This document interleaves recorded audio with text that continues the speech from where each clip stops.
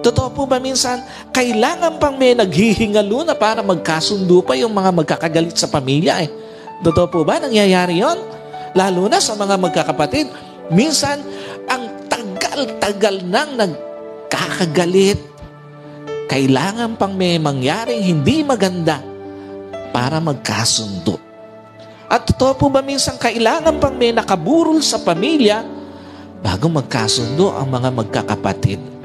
Ang lungkot po nun, sa totoo lang, na nandoon kayo sa burol, saka lang kayo nagkasundo.